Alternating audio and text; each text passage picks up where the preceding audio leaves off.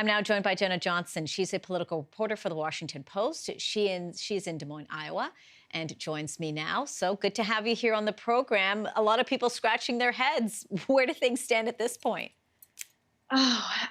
Exactly where they did hours and hours and hours ago. Right. Things are a mess.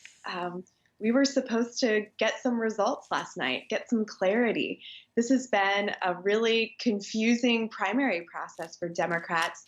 And a lot of people were hoping that we would have some answers tonight, that we would have some winners, that maybe the field would get a little bit smaller. But basically, all we have is a whole bunch of candidates claiming that they did really well and no results to fact check them on that.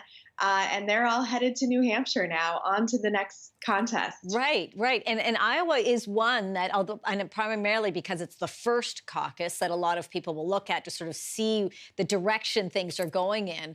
Has this been something that you've seen before at this level?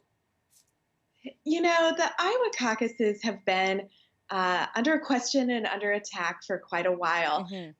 They're not a usual election. This is not run by the government, the state or the federal government. This is run by the Democratic Party of Iowa. And instead of going into polling booths, Iowans go into local precincts.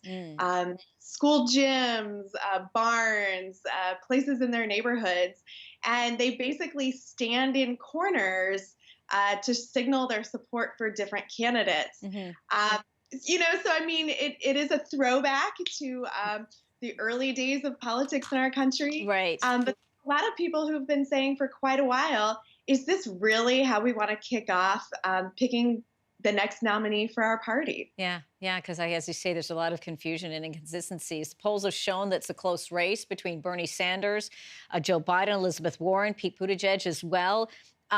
Would you say, though, if we look at that list, these are really the main contenders we should be looking at right now, or could it go any which way?